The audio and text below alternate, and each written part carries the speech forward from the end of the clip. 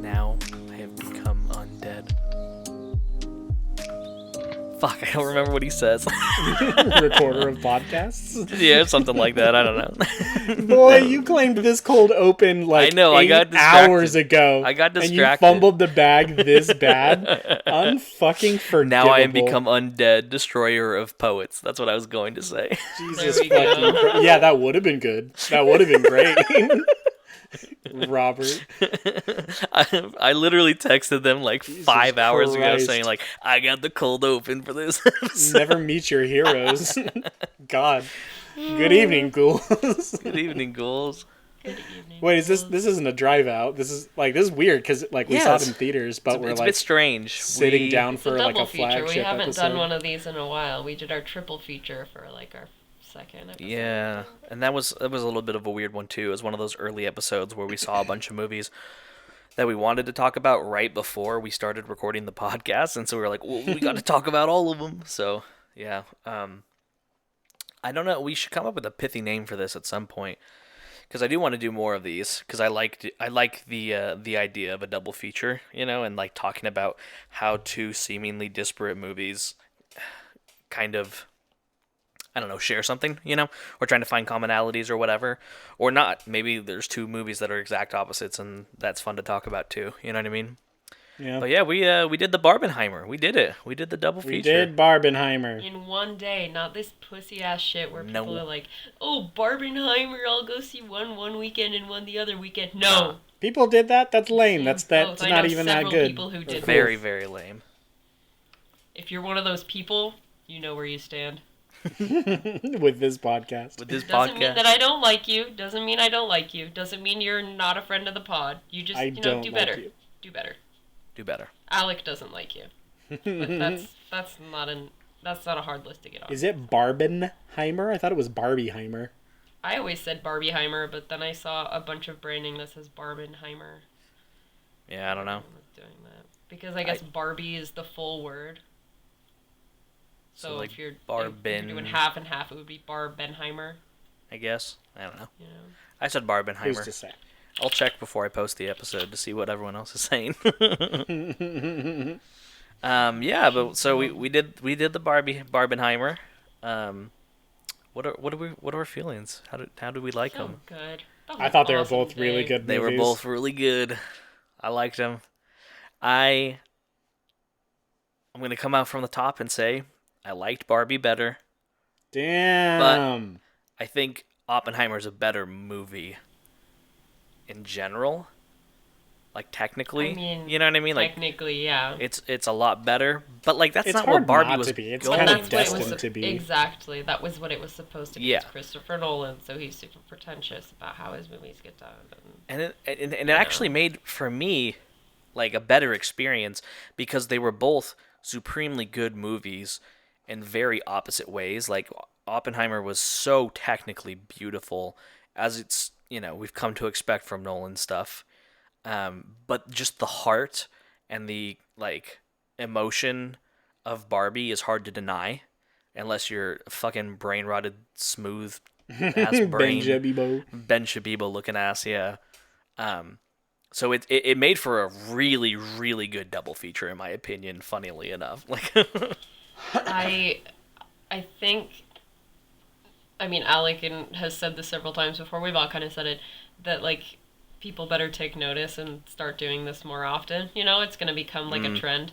I think I the saw studio on- executives, because somebody was saying this was like the biggest theater weekend since like Endgame. yeah, something Right? like that. Yeah, there's no way the studio executives aren't looking at this and saying like, all right, so we are shuffling around X, Y, and Z release dates in order to try and get that Barbenheimer magic, because money's money. I think it's so funny that the last time this happened, the last time this like noticeably happened was with another Christopher Nolan movie. The Dark Knight and Mamma Mia came out on the same weekend, the same day. Damn. And that was like a big divisive thing, but I mean that was 15 years ago, so it wasn't near as like social media driven, obviously. So I think that's really interesting. We got the girlies and the dark ones.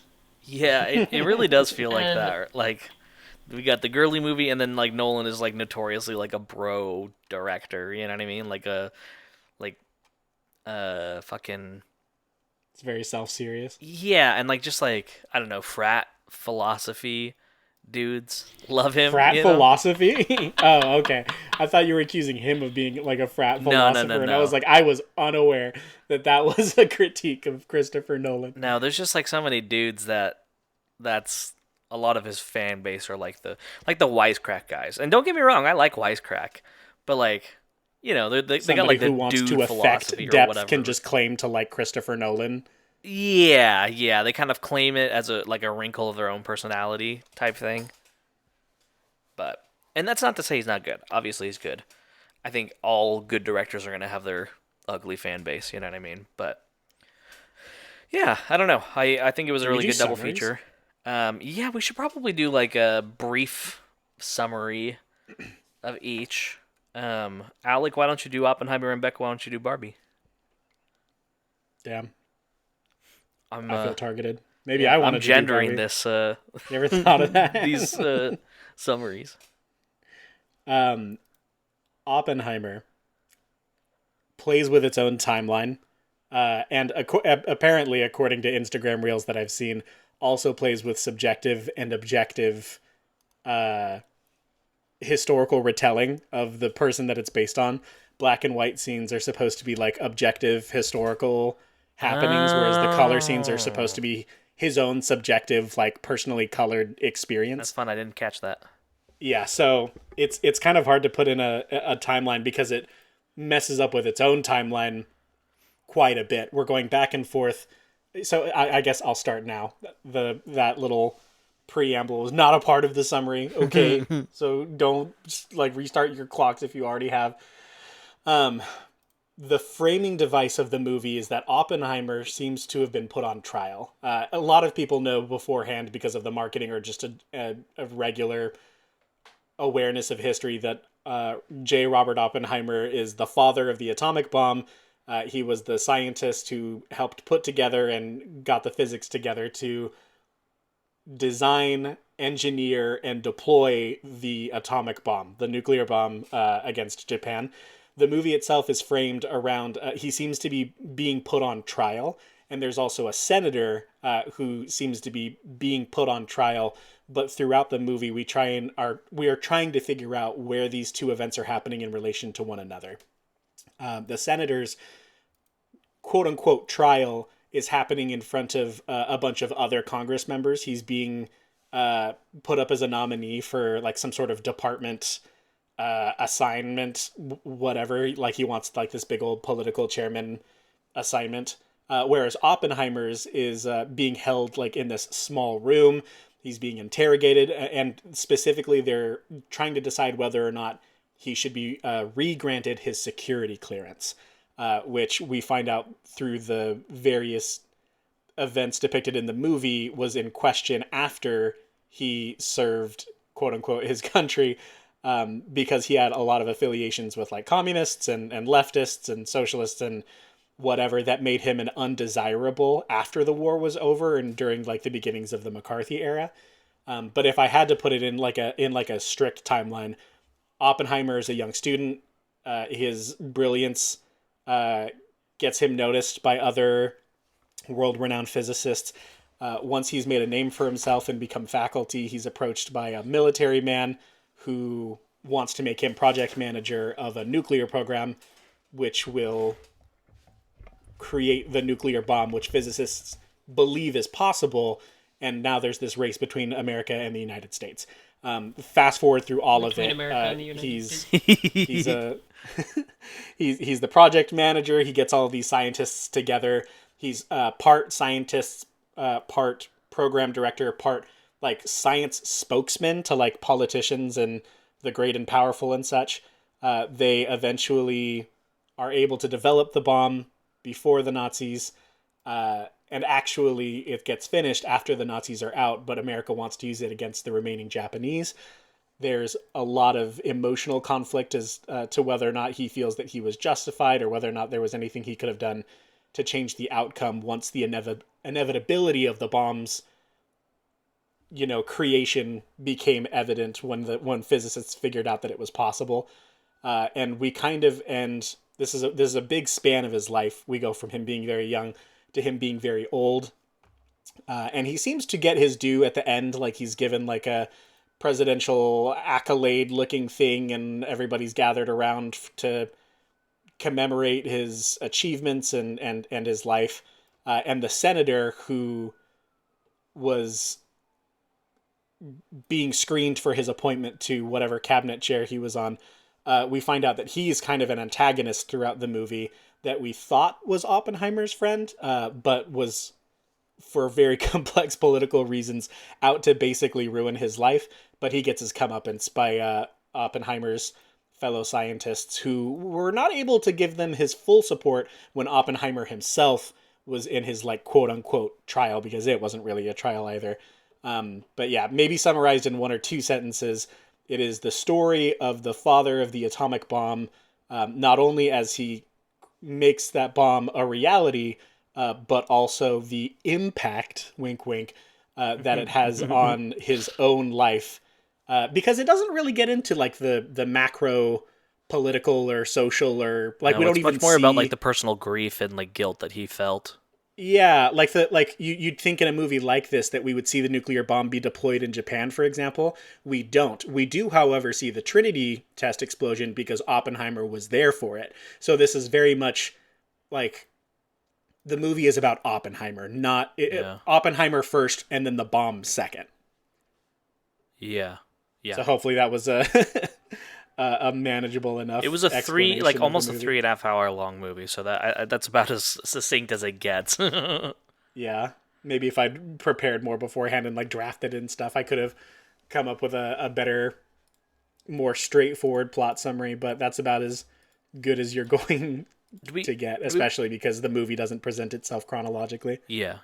Do we want to talk about Oppenheimer first, and then we'll do the summary of Barbie, talk about Barbie, and then maybe talk about like both of them and how they relate or whatever? I'd like to talk about Oppenheimer, and if I could be so, what's the word I'm looking for? So gauche as to offer up the first hot take after doing the summary. I thought it was a great movie. Everybody who is weary about going to it because it's really long, we'll talk about this more, but it doesn't feel long. The pacing is relentless. Everything feels very immediate and very, or at least to me, it felt like we were kind of like flying through. It didn't feel like a 3-hour movie to me.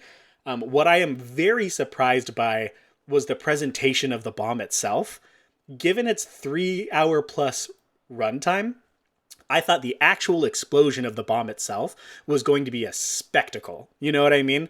And in the beginning of the movie, I thought it would be this way because and it's all captured in camera. There are no computer graphics or anything, because we all know that Nolan is snobby, a snob about these kinds of things.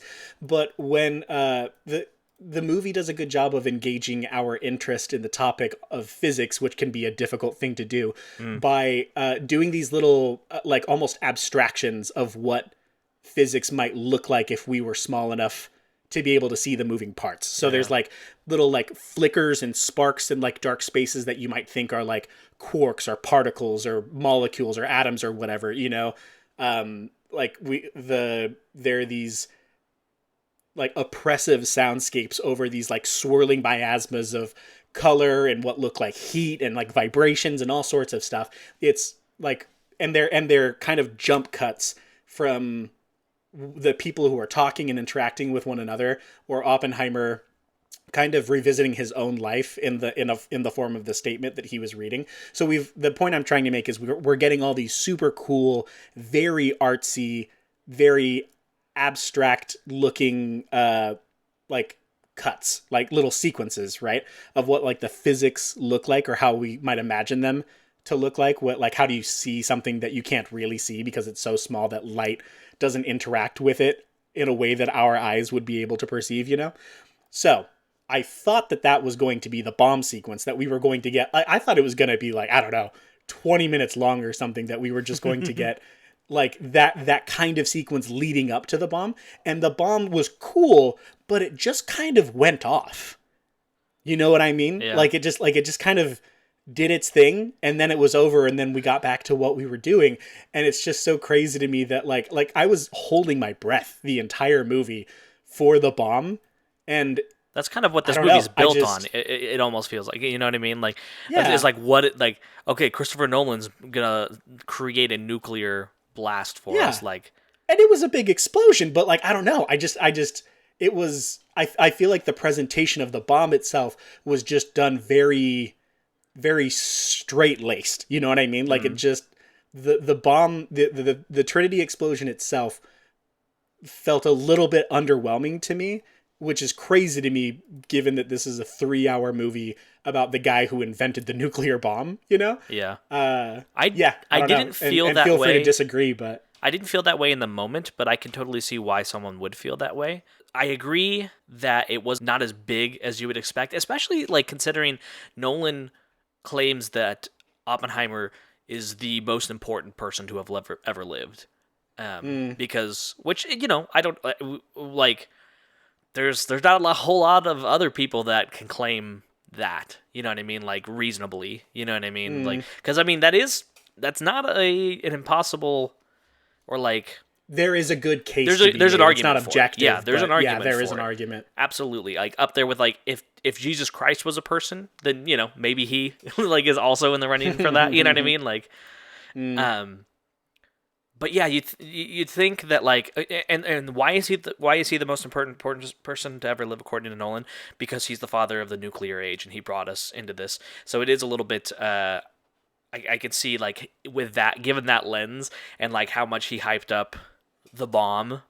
Because it's the bomb. Yeah. You know what I mean? Yeah, the capital B bomb. And those little art house like cuts that we were getting before, I thought that those were like little tastes of what the bomb sequence was going to look like, you know? Yeah. Just like the barest little like flash to give you foreshadowing as to what that whole sequence was going to look like. And I don't know, I guess I just set myself up for failure or something. I don't know. The reason why I didn't hate it is because I was looking at it more like in terms of like the movie structure as a whole. And we talked about this a little bit, or you talked about this a little bit, where like the pacing like was super fast. And it kind of felt like in the beginning and the ends were really, really fast. And then the closer that you get to the middle, the more things slow down. You know what I mean? Yeah. And so I guess like the scale. For me, that's what I was like, because I noticed how fast it was. I was like, oh my God, this is so fast in the beginning. I was like, this is a crazy pace that we're covering years between cuts. We're going like, it's insane how much, you know, we're going. And then as things started to slow down, I was like, okay, this is like more normal. And then as we got closer and closer to the bomb, I was like, oh, okay, so like we're gonna go really slow. And then when the bomb sets off and everything's slow and like the lights flash and the sound, you know what I mean? So like I was really pleased with I was pleased with the pacing of it, and I guess I wasn't thinking specifically about the explosion itself, but now that you mentioned it, is a little bit lackluster, all things considered. But I think that was on purpose, almost, because I think he wants to put more emphasis on the man and not the bomb. I mean, but you could make that argument, but I disagree with that argument. It is a 3-hour movie, and I am titled to a sick-ass bomb sequence. I don't give a fuck. Yeah. That's fair. That's fair. Becca, do you have thoughts? Yeah, I do. That's a first. All right, we're gonna talk about Barbie soon, Ken. Watch out. Hey, Ken was the coolest character. I feel similarly to Robert. Like, I don't know. I wasn't underwhelmed in the moment for sure, but this movie was much more about the impact that it had on the people who were closest to it, like the making of the bomb and everything. I don't know. I feel like you guys have pretty much said everything that I thought about it. I don't know. Damn. I thought it was really beautiful. Her entire RAM being taken up by Barbie, dude. I thoughts thought it left was for really Hoppy. beautiful. the fact that it wasn't CGI, like none of it was CGI, that is pretty incredible, but that's also something that you need to know going in, you know? So I feel like that kind of takes away from that. I don't know if it's entirely not CGI. I feel like there's got to be some touch-ups. Itself, and it had to be to scale, right? Like, there's no way he did, I don't know, like the memes that were like, what'd you use, Chris? What did you do? How did you set off the bomb? Yeah. What did you use? Yeah. If we want to talk about certain scenes, the moment when he's talking with the president and he was like, I have to admit, like, I have a little bit of weight on my shoulders and the president, or blood on my hands, and the president like pulls out his handkerchief and hands it to them. I was like, God damn, like, that's just so fucking, I mean, first and foremost, fucking amazing movie making, you know what I mean? So efficient, like the storytelling just like perfectly encapsulates how awful Truman was, and like just perfectly, like it's such a simple action, but it says so fucking much, you know. And then also just like chilling, you know what I mean? Like that these people who are in power, because I think that's like one of the messages of this movie is like these people are in power have gone insane with the power that they have, you know what I mean? Like they don't care about what they say they care about, you know what I mean? And in that moment, it was never more clear. Cillian Murphy also, fucking so good, very good. Yeah, incredible. Did himself a good job. For me, one of the, I think probably my favorite scene was like right towards the end, when he's talking with Einstein, and if we've waited the whole movie to figure out what he said to Einstein to make him so distraught, and he said, remember when I came to you with an equation that we thought was going to end the world? And he was like, yeah, I remember very, very clearly. And he's like, I think we already did. And it's just like, just hits him. Like, it's so true. And like, that's why I feel like Christopher Nolan says that he's the most important person ever to have lived, because there's no turning back. Like, there's no going back from this. There's the threat of nuclear war forever and always. There always will be. And we have the potential to light the world on fire, and we just might one day, and who knows, you know? I think it's also a really elegant way of kind of like contrasting, and I don't know whether or not it's real or not, like maybe some people could claim that this is like scientist worship or like bordering on, you know what I mean? Maybe portraying Oppenheimer as more than he really was, because I'm sure somebody else could have taken his place. I don't know. The point that I'm trying to get at is that us not hearing Einstein's words to Oppenheimer at the lake was a really good way to show us the kind of lowness and pettiness of Robert Downey Jr.'s character, that senator guy, because he spends years fermenting and like, you know what I mean? Like over something that didn't happen. Or over specifically something that wasn't even about him. You know what I mean? Like Oppenheimer talks to Einstein before Robert Downey Jr.'s character joins them at the lake.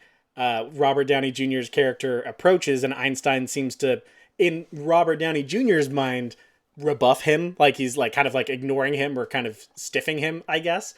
When in reality, Einstein just had a lot to think about because of what he and Oppenheimer had just been discussing, aka the fact that physicists like them have created a completely new planet for humanity now and always, you know, and the only thing that this small-minded politician can like can think of is like, ooh, they were talking about me. They were talking about me. You know, like just the pettiness of all these people in power. It's just so yeah.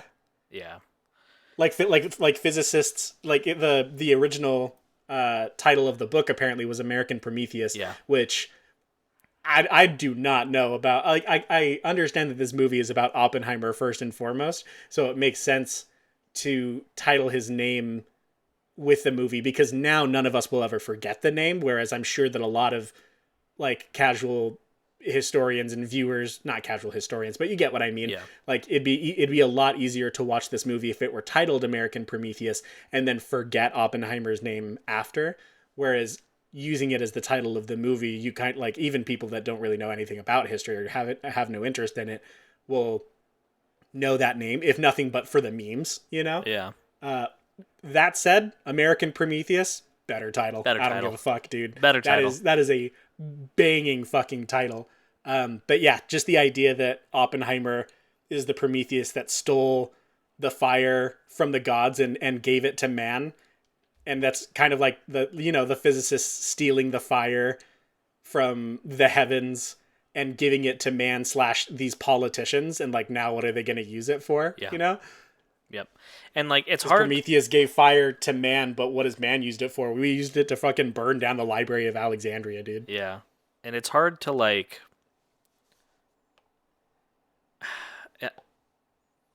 it's hard not to compare it to certain things that have happened recently, especially with like the like criminalization of expertise. You know what I mean? Like these people that are like being persecuted, just anti-science, just anti-science, being rolled into anti-authoritarian, yeah. Yeah, and it's so bizarre and sad, you know, like that. Like I don't know.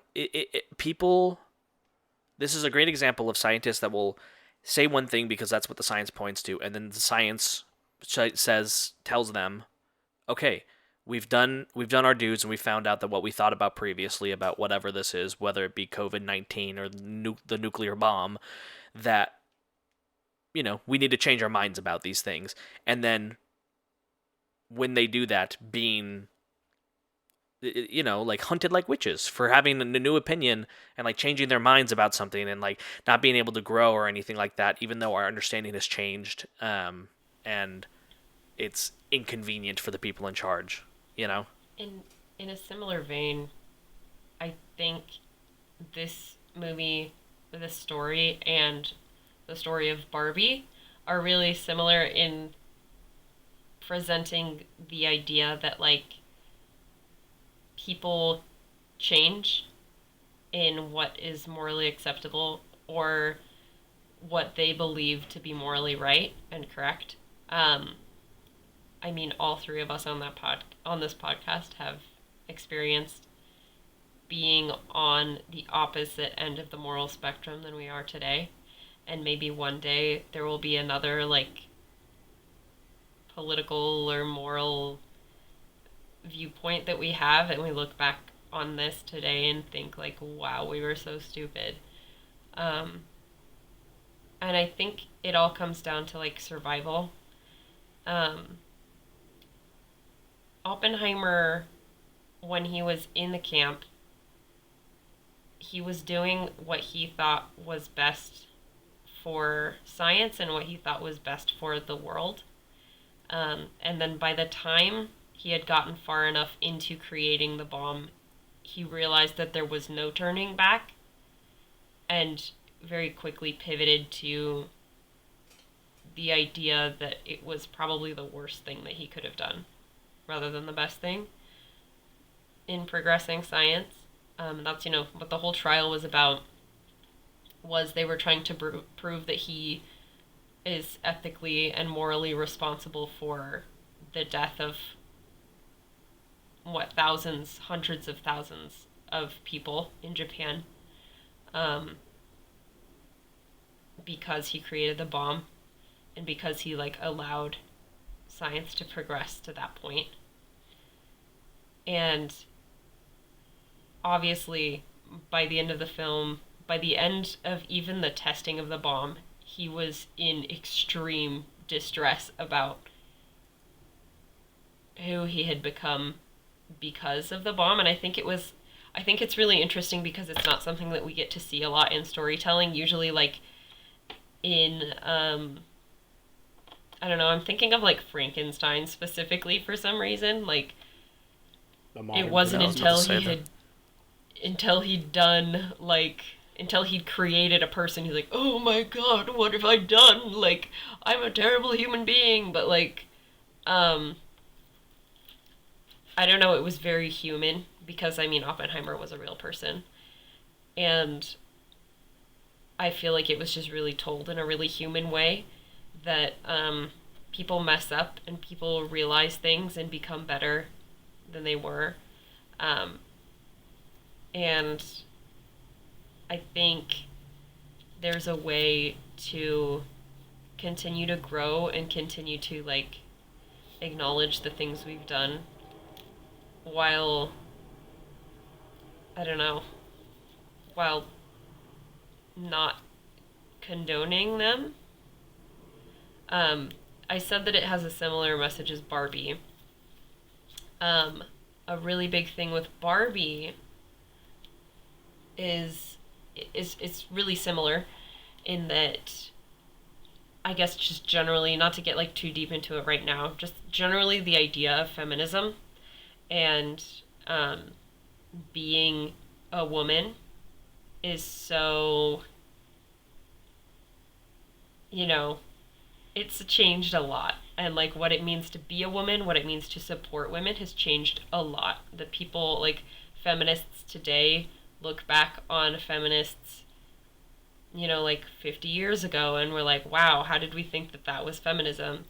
It's kind of like, I feel like in America, at least, every woman who is for women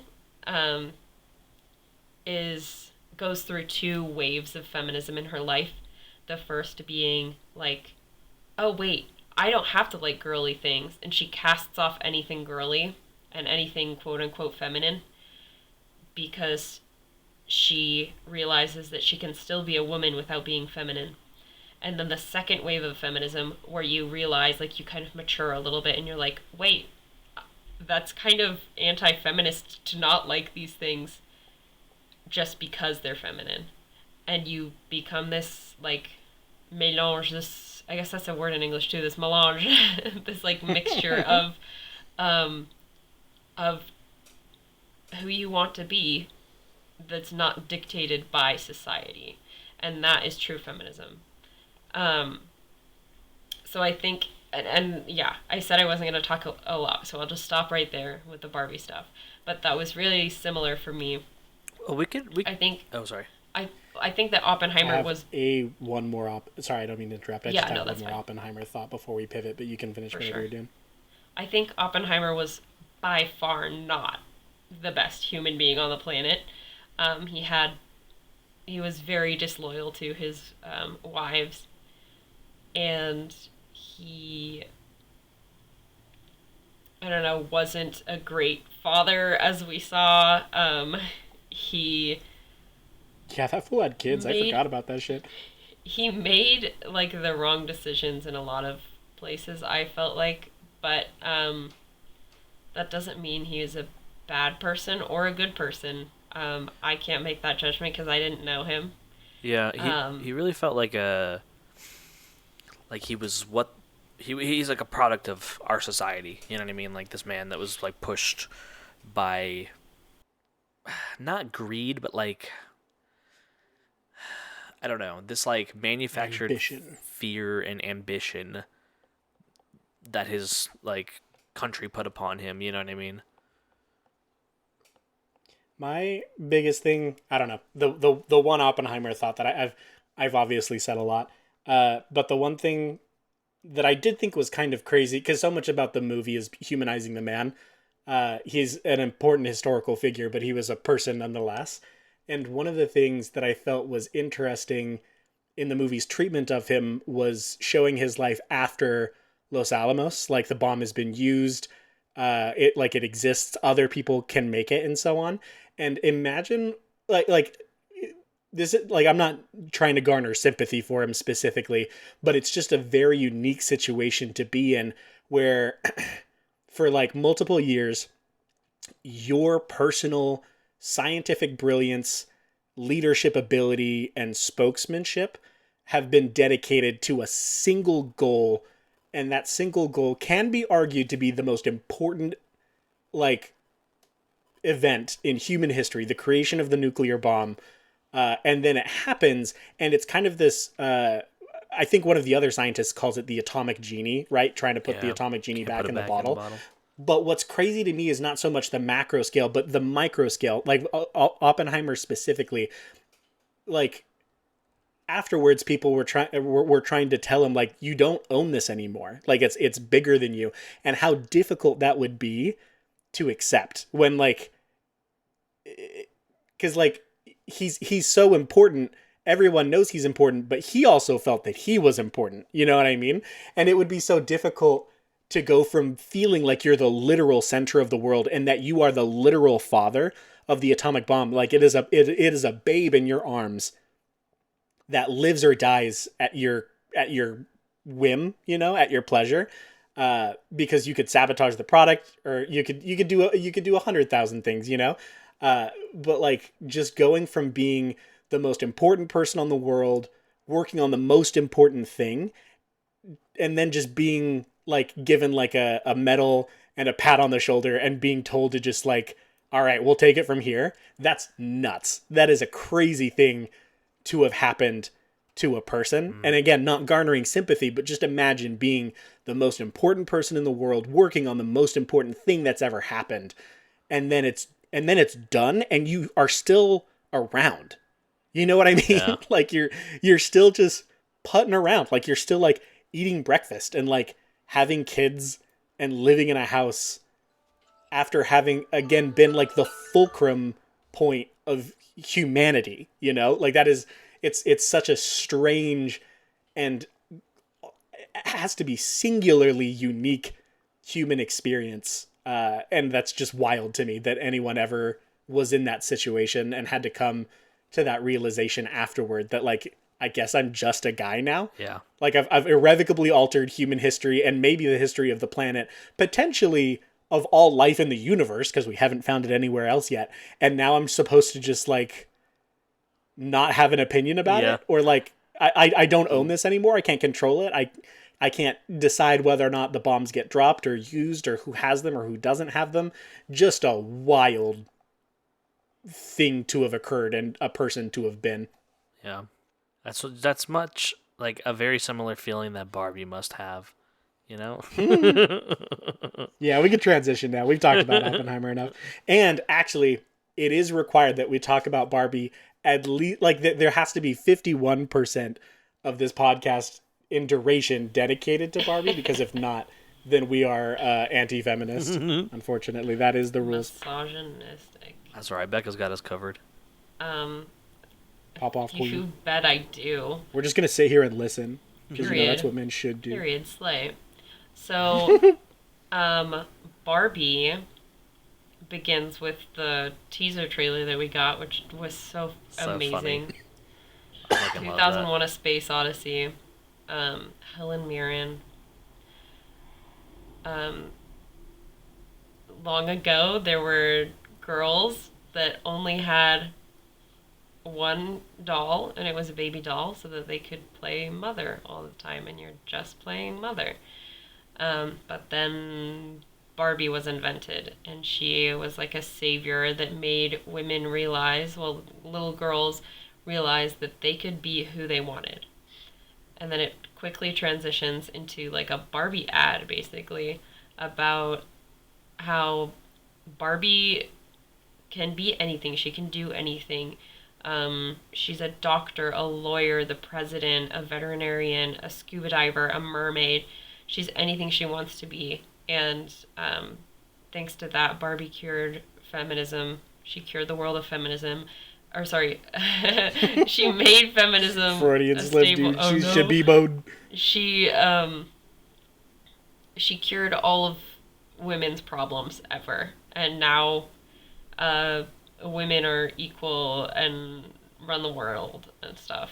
So Barbie lives in Barbie land, and she does the same thing every day, and she has a wonderful life, and she lives in a life-size Barbie dream house, and she just, it's so beautiful and amazing, and she's so important, and every woman, every Barbie is something important.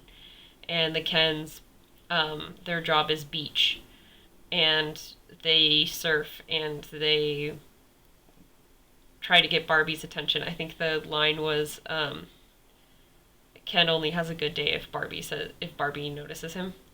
So that's basically encapsulates everything about Barbie World, Barbie Land. Sorry, the fact that they called it Barbie Land and not Barbie World is a tragedy.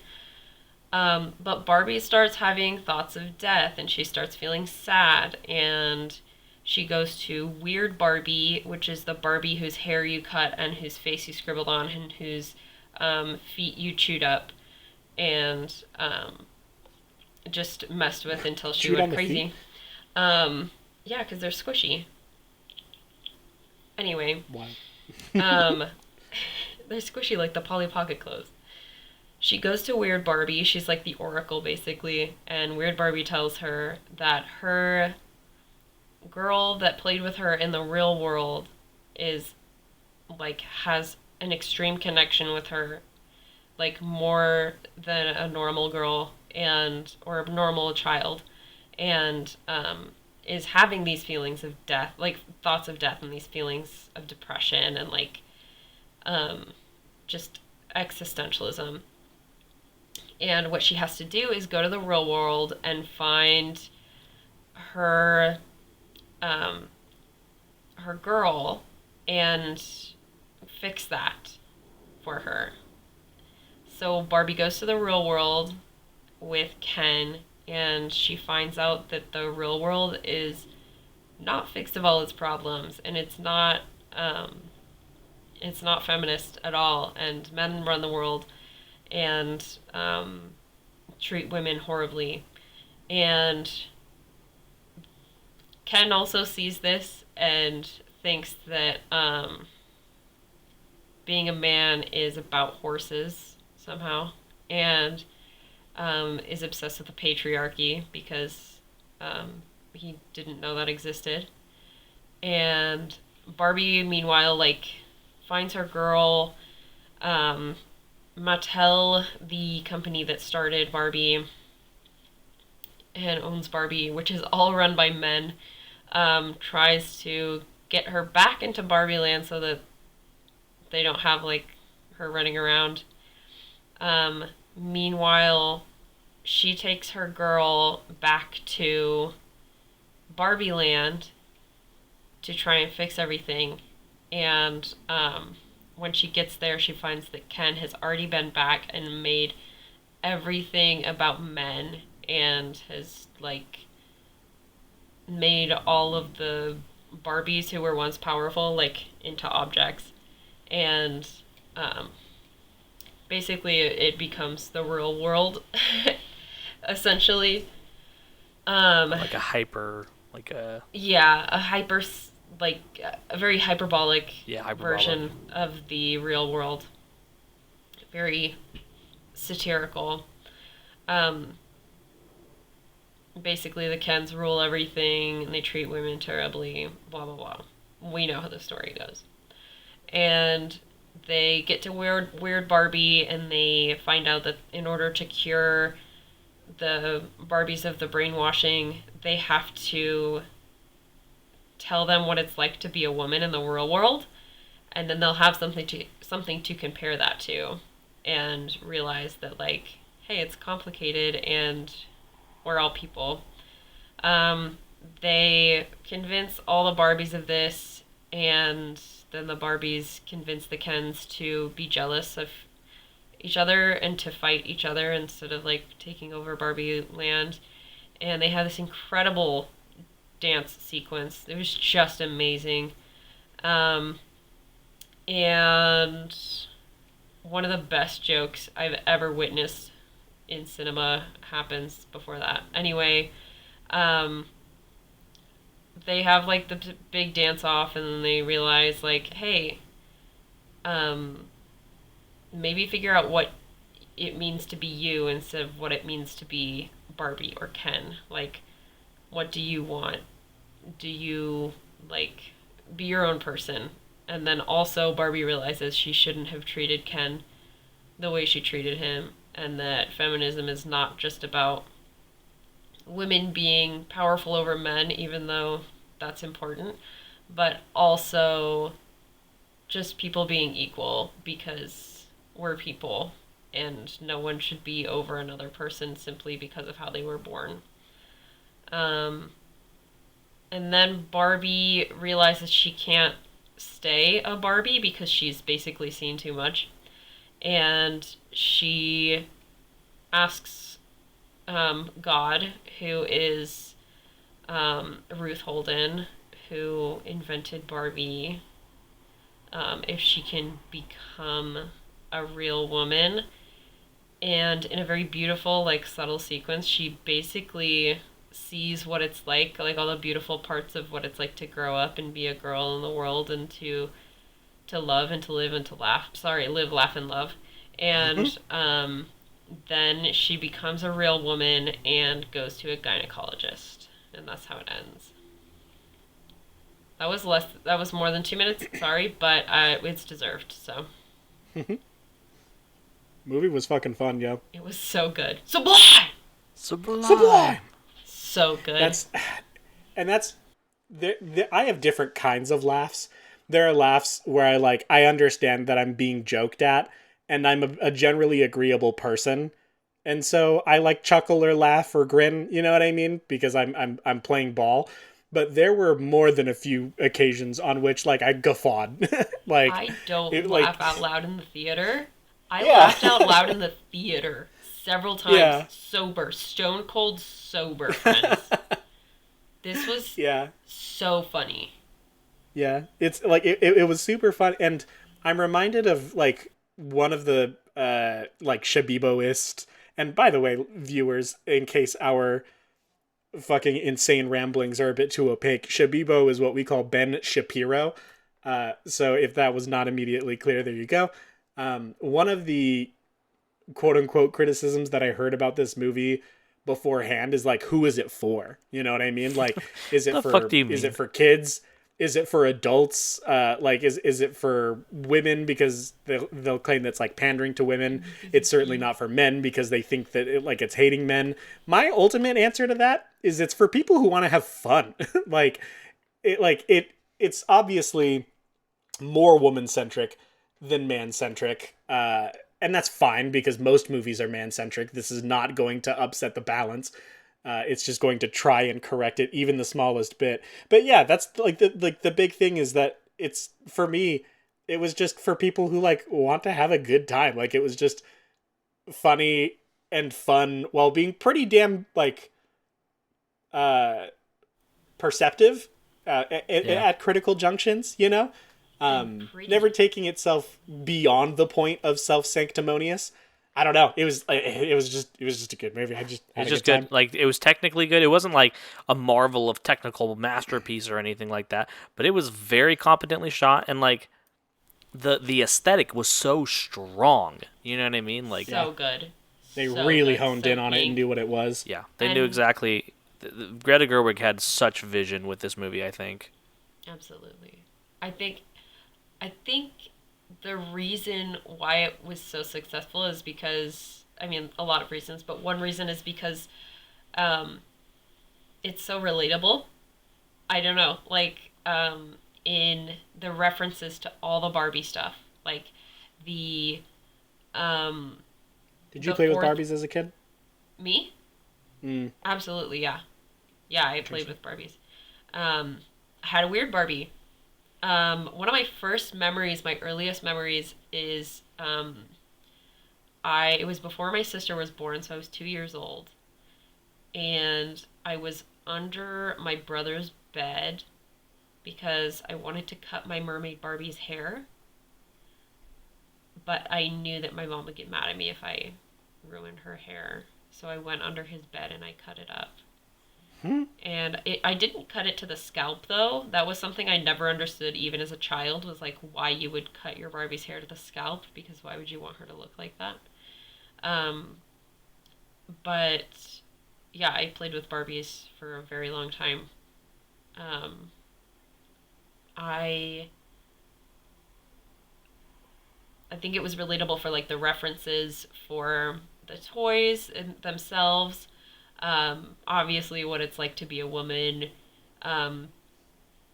the references to like what it's like to have a Barbie, and like the things that you didn't realize that other people like did or talked about. Like at parts it felt like it was really like it, when they're in Barbie Land, they're being played with. Like it sounds like the dialogue that kids have with each other when they're playing. Especially like the part that was in the trailer with Barbie and Ken is like, I was thinking that like maybe I could stay the night, and she's like, and do what? And he's like, I don't actually know. That's like such a thing that like little kids would say when they're playing with them. I said this before, but the only part that seemed like they should have put in but they didn't, because I've seen this on the internet as well. I know it's not just me. But like ultimately the lack of Kens on the market. I never owned a Ken. I never had a Ken growing up. Just kidding. No, I just remembered my sister had a Ken with the Barbie Nutcracker. He was our only Ken. So we only had, for monogamous relationships, it's kind of hard finding other male partners. So a lot of our Barbies were lesbians. So that was something that they missed out on. Gay? I can see why they didn't, though. Like, no, yeah, you don't want to sex up the Barbie movie too much, sure. And lesbianism implies sexuality that doesn't have to be there. Yeah, I mean, even straight relationships do, but yeah, I can see why it got put on the back burner. No, for sure. But aesthetic was incredible. The set in Barbie Land was just phenomenal. The like how everything was so pink and plastic and life size. I just can't get over it. It just must have been so fun to film this movie. Oh my god. Obviously, I know that it's not all real, but like a lot even of it like was. the Ken Beach fight scene, yeah, and stuff. Like it must have been wicked fun. I've heard that Greta Gerwig is a pleasure to be directed by as well too. So the fourth wall break with like so fucking funny. Note to the casting director: do not cast Margot Robbie if you're trying to make this point about not feeling beautiful without your makeup or whatever. Very, very funny. It was great. The humor was incredible with we already talked about that, just how many times we laughed. Just had it, dog. But the way the last thing in the movie is like Barbie is going to the gynecologist because she has genitals now. And I don't know. I think that the way that must have been written in the script, I feel like if I had read that, I'd have rolled my eyes, but it was just so good. Because it's a movie is more than just a script. It's a collection of parts,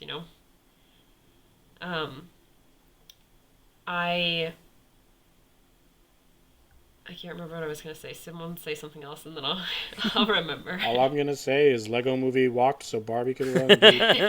I mean, Will Ferrell as the villain. Fight me on it, dog. Is he the villain in the Lego movie? Yeah, he's like Mr. Business or whatever in the Lego movie. I remember what I was going to say.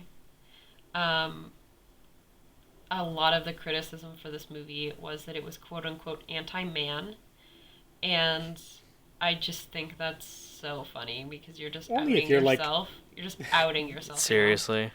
The most fragile, I don't know. It's like at the very worst, it's just like a gentle roast among friends. You know what I mean? And like, if you can't even handle that, maybe we should just not hang out. Because you're just too fragile. Really, like, you kind of touched on that, Alec, earlier. You were like, who's the audience? And you were like, anyone who wants to have a good time. And I'm like, I think arguably this movie is as much for men as it is for women. Because I think it's important for men to see this film because we talk about it all the time. Like, everyone knows the world's so hard for women. Unless you're like, one of those like literally like brain dead people who's like, women are, you know, the people who don't listen to this podcast, because why would you make it past the first episode? Why would you listen to a podcast? Because, anyway. Any podcast. If you're listening to this podcast, you're fucking smooth brain. Alec mentioned who this audience was for. I think it's as much for men as it is for women, because it's important for men to actually see that, like, to hear about it, to read about it. I think it's just another reason that we need this. Like, the sexualization of women in this world is like, it really does happen like that. It really is like that. The fact that Ken brought patriarchy to Barbie Land, and like the fact that he did all of that was like, I don't know. It's the dynamic changed so fast and so like powerfully. It was like triggering in a way, because it's like exhausting being a woman in a world where nothing is made for you. Nothing is meant for you. And me in 2023, as a woman who's been around for 27 years, just now seeing products that are for the first time like made by women for women, like, why the fuck, dude? Why has it taken so long, and why are we just getting these now? Why has this not been a thing since forever, you know? Alex said, like, it's just one more movie made for women in a market like full of movies. Like, most movies are made for men, and it's like, we don't think about it, but they are. We don't think about it because, like, why are we thinking... It's like male by default almost. Yeah. Yes, because why are we thinking, oh, it's a girl movie? Because all movies are men movies. We don't say it's a man movie, because all movies are man movies. And it's just important to be here. And it's important to acknowledge that. It's important to see it. It's important to be excited for it. I know so many men who are excited for this movie, and those are the kind of men that I want in my life. I want the men in my life who are secure enough in who they are as a person, not as a man, as a human being, to enjoy a movie that society is apparently telling them that they shouldn't. And the fact that we're talking about it on the podcast in a very serious way is, like, very important to me. And I just want to take this moment to thank you guys for, like, acknowledging it, because you don't have to, you know. You could ignore it without any guilt, and the world wouldn't be any different for it, but I would. So what you're saying, how for it, I'd contend. What you're saying is not all men.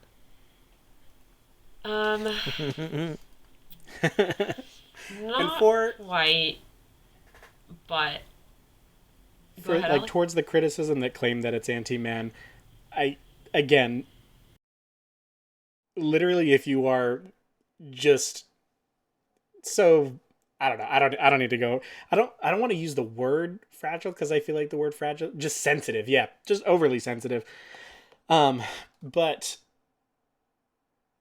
I enjoyed the nuance. I'm going to talk about the only significant male character in the movie. I enjoyed their treatment of Ken, specifically in that, like, in a lot of ways, he's the antagonist, especially in the third act.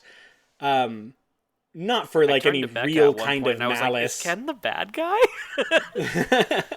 I don't think out of any real sense of malice or anything like that, because they're very childlike, both the Barbies and the Kens. Innocent, yeah. But a less nuanced take would have been to just make him the bad guy, and then a similar, like, take would have been, because what they ended up doing was having Barbie acknowledge that she had wronged Ken, you know what I mean, and her treatment of him, especially earlier in the movie. And the wrong way to handle that would have been, I'm sorry for not returning your affections. Here, now let me return your affections. Yeah. That's the wrong message, yeah. Because you don't owe a man who feels for you feelings in return, you know? But what instead was done was to acknowledge that the treatment of Ken was something to be regretted, and she apologized for it. But that didn't mean that she's now in love with him. You know what I mean? Which I think is just better than several other scenarios that could have happened. You know, either just openly making Ken the bad guy because men bad, or taking almost the reverse issue on it, which is, it was Barbie's fault for not giving in to Ken, and she made him this monster because she didn't do what he wanted. You know, which is as insidious a message and idea, but like in an almost opposite direction. Yeah, I don't know. I thought it was good. It was and especially Ken as a character, because like especially towards the end when he's like trying to like reconcile and he's like getting rid of like the literal symbols of patriarchy on him, like his fucking fur coat, which is incredible which is joke. All very fun. But yeah, at one point, like Ken as a character, even like as two-dimensional as that character might seem, because they're literal just like abstractions turned into humans / toys. But even at the end, he just had to reconcile like, I don't feel like I'm anything without you, and the solution to that problem isn't to get you, it's to notice that that's a problem. Yeah. To work on that. To notice that that's not... I shouldn't be living my life for anybody except for myself. So let me... Yeah, that's a much better, more nuanced solution to that problem. Yeah, just like I just stated it. Like if I feel like I'm nothing without you, and the solution to that is not to somehow force you to be with me, but to acknowledge that that's not good. And yeah. If you're nothing without the suit, you shouldn't be wearing it. Yeah, if you're nothing without the suit, you shouldn't have it. You don't deserve it. This movie was almost as good as Spider-Man. Yeah. Which Spider-Man? There's a range of quality there. There is a range of quality. Spider-Man 3 with Tobey Maguire versus the Into the Spider-Verse movies. Those are different categories of movies. Yeah, I don't think I have anything else in particular I wanted to say. It was very good, very emotionally intelligent, and like I love when a writer can make you laugh while also like making a very like poignant point, I guess. Terry Pratchett is really good at this, where he's saying something and the situations around the character is funny, and then he'll say something and you're like, oh, wait a minute, that was insightful. That wait, hold on, that makes me think a little. Just a joke. Yeah, it was also an observation. Exactly, yeah. And I think that Greta Gerwig is very good at that. I haven't seen Little Women, but Lady Bird is an amazing movie, where it has a similar, feminist angle to it, and it's not even that it's feminist. It's just movies about women. You know what I mean? Which like when you're calling them feminists, sometimes it can sound like, oh, she's got an agenda. I'm like, it's just a movie about women, and like 50% of people, you know what I mean? Like 50% of the people in the world are women, and like, yeah, I don't know. I listened to an interview with Greta Gerwig earlier today, and she was talking about one of her mentors, who I can't remember her name now. She was like, the thing that she will miss least after retiring is being on panels, being the only woman on panels, and having people ask her questions about being a woman director.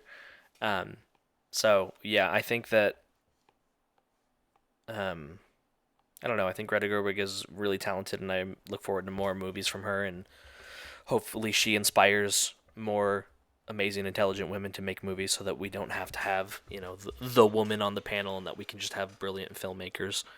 And not have to, gender them, I guess. I think the thing that complicates this most for me is the very real and sincere detriment that Barbie has had on a lot of young women's that's true.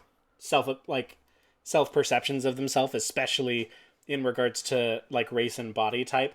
And that's definitely a problem that they've at least tried to address more and more as time goes on. I doubt that the company did so out of a sincere conviction that they were doing it for women's like health, as opposed to just like, oh, woke is doing well right now, let's make pivot, a X Barbie doll or a Y Barbie doll, you know.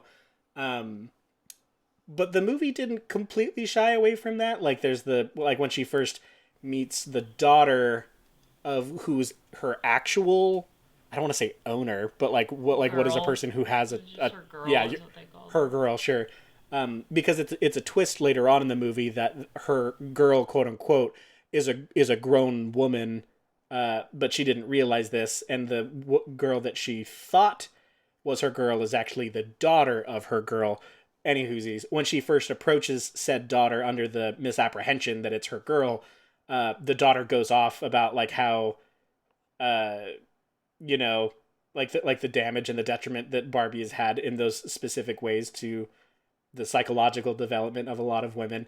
And at the end, it kind of sours it because she like calls Barbie like a fascist, which I think, which is then turned into a joke, a rather funny joke, in which Barbie's crying later on. It's like, I'm not a fascist. I don't own the railways or command like a central economy or anything like that.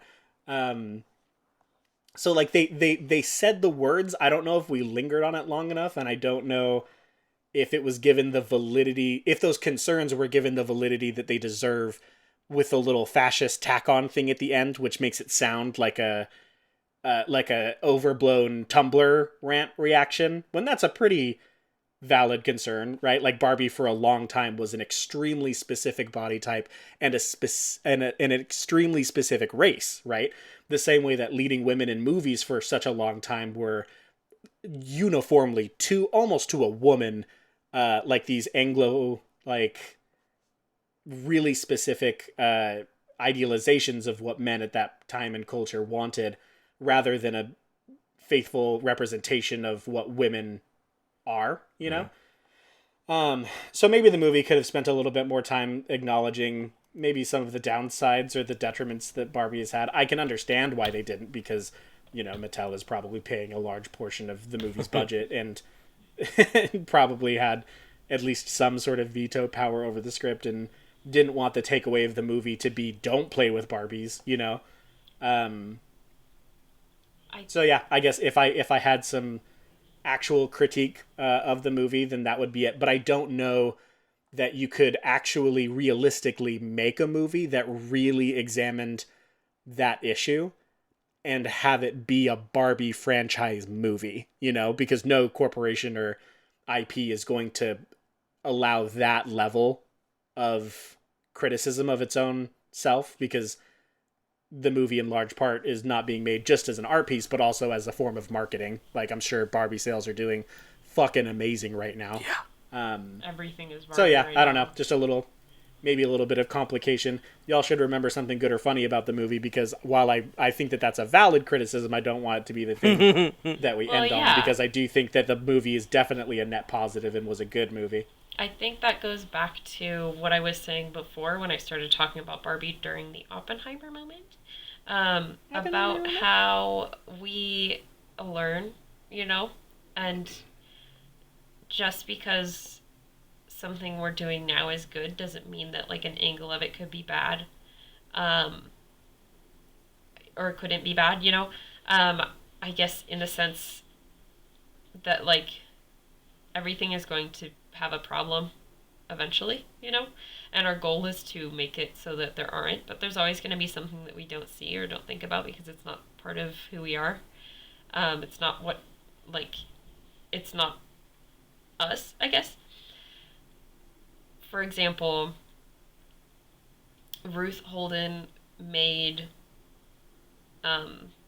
Barbie for her daughter Barbara. Well, I don't know if she made them for her daughter Barbara, but she made Barbie so that so the little girls could see that they could become a woman and not just like a mother, that they could become this beautiful woman and they could become anything they wanted to be. But she didn't think about body types. She wasn't thinking about sure. race, at least not necessarily. Not that I mean, again, I didn't know her. She's probably racist as frick, but like That's Don't meet your heroes, kids. right, I'm saying, but she she did a good thing. Like, she was doing it out of love, you know? Um, and a lot of people do a lot of things out of love, and something can be taken wrong, you know? We're critiquing Barbie on how it's very exclusive. Um, but at the time, it was not, you know? So. More than one thing can be true at once. Exactly. Sure. No, for sure. And we were talking with a friend the other day about how their sister doesn't want to see Oppenheimer because, like, he did a bunch of bad things, and he was an objectively evil person, I think, is the... Yeah. But I don't think anyone is objectively good or evil, or at least not many people are objectively good or evil necessarily. I think we're all just people who do good and bad things, and that's how it is. And life is complicated, and being a woman is very complicated, and the best thing we can do is try to look inward and figure out who we are and who we want to be, and learn from our mistakes and move forward, because what kind of existence is hating yourself? You know? That's a bar fucking right bar. There. It's a good bar. God damn. Well, should we rate them? I think we should. I had a bar earlier, and nobody noticed it. I don't think so. And, I don't remember that. Are you sure? It was specifically the one about how we got fire from Prometheus and then we used it to burn the Library of Alexandria. I don't remember. I don't remember you saying that, though. I thought that I was going to be given Actually, my proper... I think I said that. Becca said that. Becca's doing a reverse woman on me. Stop it. You're taking credit for my ideas. You can't gaslight me. I'm a male. Yeah, it is why we might all have this option or this opinion that, like, Oppenheimer is obviously the better quote unquote movie, but I don't know. I kind of liked Barbie better. Yeah. I enjoyed the experience more. I understand that Oppenheimer is like a cinematic and technical achievement in a way that I don't think that Barbie is. But at the same time, like, while I'm glad to have seen Oppenheimer, I would watch Barbie again. Yeah, I don't know if I would watch Oppenheimer again. I don't again. think I'll ever watch Oppenheimer again. But I feel the same way. I think that's reflected in where I have them. I have Oppenheimer at number 35 below Infinity Pool and right above Scream 6. And then I have Barbie at 26 under Pearl and above Barbarian. Actually, sorry, it's going to be 27 because it's below Barbarian and above Boogeyman. And yeah, that's it. Like, a fair bit higher for me. I really enjoyed watching Oppenheimer, and it's a technical masterpiece, and like I think that you can really study specifically the pacing, and you would become a better filmmaker and film appreciator by doing so. But it really shows that at the end of the day, what's really important in a movie is how you connect with the movie. And like, I just don't really connect with the character of Oppenheimer because I'm not a fucking scientist or like, you know what I mean? It's difficult to bring him down to us. Yeah, you know? yeah. Like, which I think he did. I think because he of did his well. historical importance and because he's a physicist, which many people are not. So, and I think Nolan did a great job of bringing him down because there was a moment I can't remember where it was where like it was just showing his face after the bomb. And, like, the haunted look on his face gave me chills. You know what I mean? And, like, just thinking... And, like, I never really cried, but I definitely got teary-eyed, especially at, like, Trinity and stuff like that. Like, where you see this man, like, and, like, as... Like, especially right when it's, like... you know, it shows right before the bomb goes, and then it has the voiceover. He's like, I am become death, destroyer of worlds. Like, that's, like, that moment, like, oh, God, I felt it. You know what I mean? But Barbie, at the end of the day, like, everyone knows what it feels like to lose yourself and to have to re-find yourself. And it doesn't matter if it's a silly movie about silly characters doing silly things. If the heart is there, the heart is there. And that's what's going to connect with people, you know? Yeah, there's Robert's bar for the episode. Ain't that the forking way of it? I put Oppenheimer at 17. Oh, wow. because it was really beautiful. I don't know. I really loved it. The sound wasn't bad either. I forgot to say that earlier. The sound was incredible. It was perfect. Like, usually his stuff is way too fucking loud, and it wasn't. There was a lot of mumbling for me, but the soundtrack... there was a fair amount. Soundtrack was incredible. Yeah, it was. And that is a really big one for me. Specifically, the marketing has, like, what I like, it was used so much in conjunction with Oppenheimer's name and with the on-screen, like an explosion of some kind. It was like the... I thought it was a train. The whole time I thought it was a train. And it was like the stomping of feet or whatever. I thought that it was going to be... I thought that it was going... Back when we were seeing those like physics-made visible clips in the beginning of the movie, I assumed that was going to accompany like some sort of visualization of an atom being split, right? And that was going to be like the successive waves of energy as they collided into one another, releasing more and more energy, culminating in a nuclear explosion, right? That's what I thought was going to happen, and then to have it later on be the feet of the people on those like wooden audience. The bleachers. The bleachers, as he was like doing the bleachers. Yeah, with those wooden bleachers. They're all like the people of Los Alamos, like kind of like cheering him onto the stage was just a really poignant like soundscape for that point in time where he's still kind of reeling from what he's managed to accomplish versus what he's done. Killed. You know what I mean? Like, and the connotations of those two. So yeah, the sound was incredible, but I was kind of disappointed again that like not only were those visuals not there in the bomb sequence, which I was really hoping for, but that sound wasn't there in the bomb sequence either. Having large portions of the bomb sequence be completely silent is definitely a vibe that I think should have been there at points in my ideal bomb sequence in my head that will never be, you know? But yeah, the sound generally in the movie was especially at like key or important points was definitely ballin'. Very good soundtrack. And I think, so you put Barbie or you put Oppenheimer at 17. Where did you put Barbie? I put Barbie at number 9. Let's fucking go.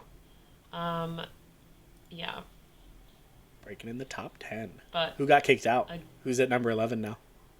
Grand Budapest. But I'm actually changing that. I don't know. It really doesn't matter because my list doesn't matter. Becca's list is just an irradiated wasteland. It's just a vibe, you know? It's just general vibe. I don't know if it's because I saw them in such proximity, but they ended up being much closer on the list than I thought they were going to be. I have Oppenheimer at 18, just below Scream and above Creed 3. Barbie is at 16, just above Scream and below The Truman Show. Wow. Solid. Oh, Barbie's above The Truman Show for me. Just one. Ooh. Wow. You hate men. Well, it's under the Banshees of Inisherin, so... It's a great movie, alright? Well, are we trying to write some poems? Let's write some forking poems, boys. Or what? But challenge mode, the poem has to be about both movies. That's what I was gonna say too. Yeah. Okay, yeah, that's fine. I like that. Yeah. You into it? Let's do it. Mine has a title. Ooh. Oh, does it now? Yeah.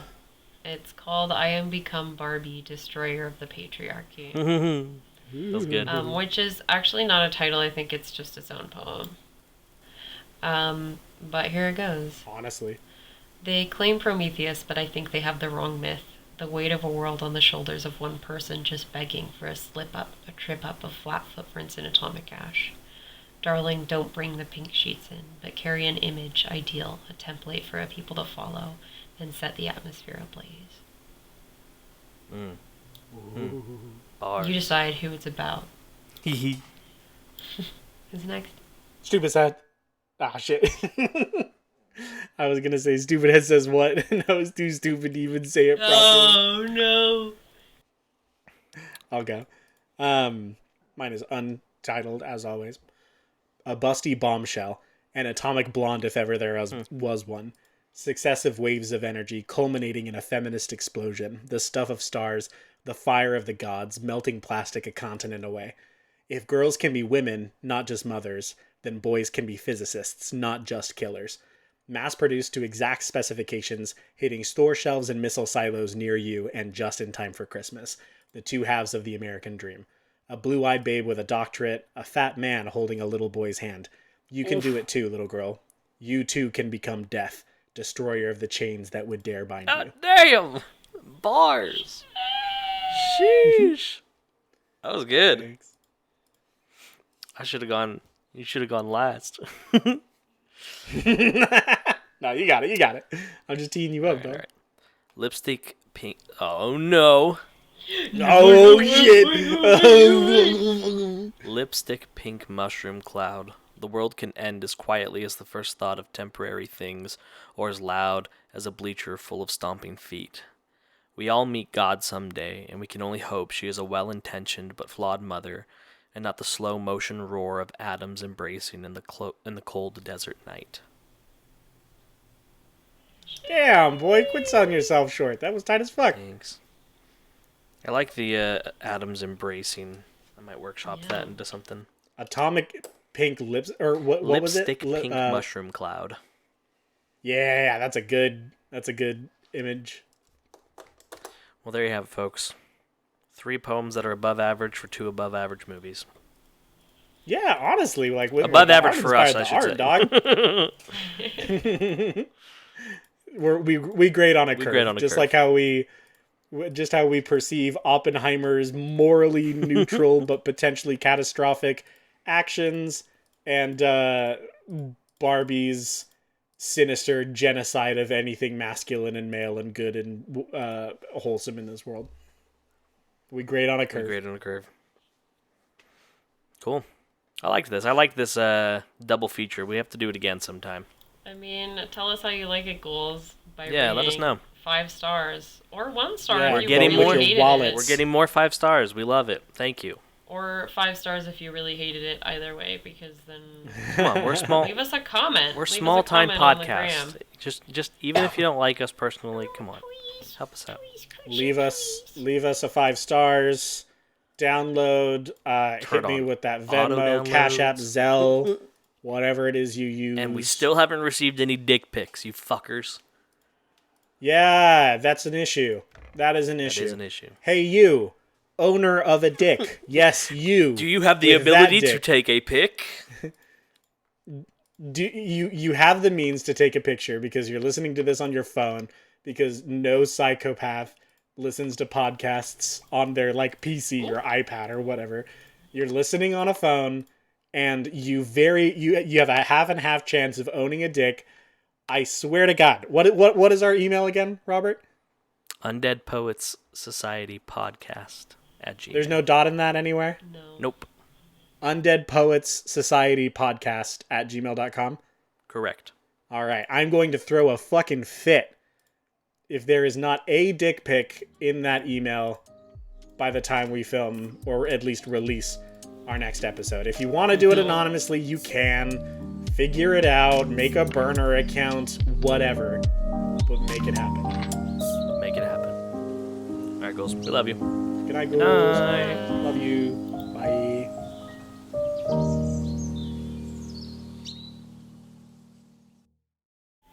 I'm going to keep this in for the stinger. Only if you can hear the thing, a World though. War II siren going off, almost as though a bomb is being dropped on It us. really does sound like that. It really does. Like a literal air raid siren. Man, Oh it's yeah, we're popping gonna off. get that. Oh, It's gonna be a great stinger.